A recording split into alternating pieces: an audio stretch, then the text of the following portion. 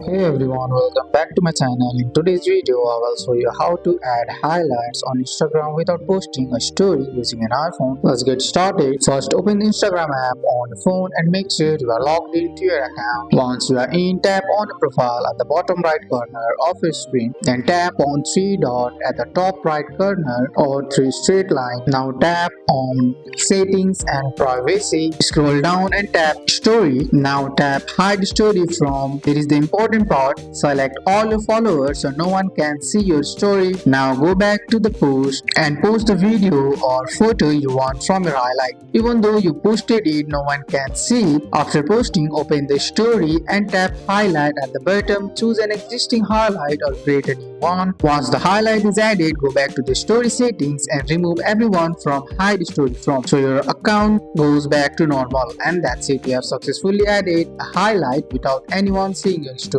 That's all for today's video, guys. I hope you guys liked this video. If you found this video helpful, drop a like, subscribe for more videos. Thanks for watching. See you in the next one.